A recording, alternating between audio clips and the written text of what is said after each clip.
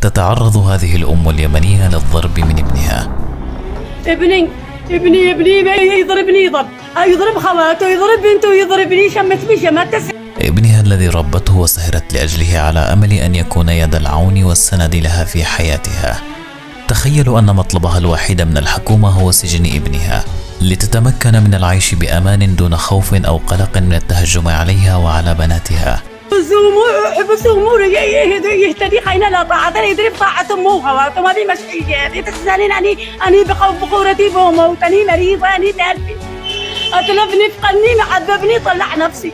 نتمنى من المسؤولين والحكومة النظر في هذا الأمر بعين الرحمة والرأفة بحال هذه الأم التي لجأت إليكم بدموع وحسرة، راجية أن تحموها ويتاح لها أن تعيش ما تبقى من العمر بأمان واستقرار.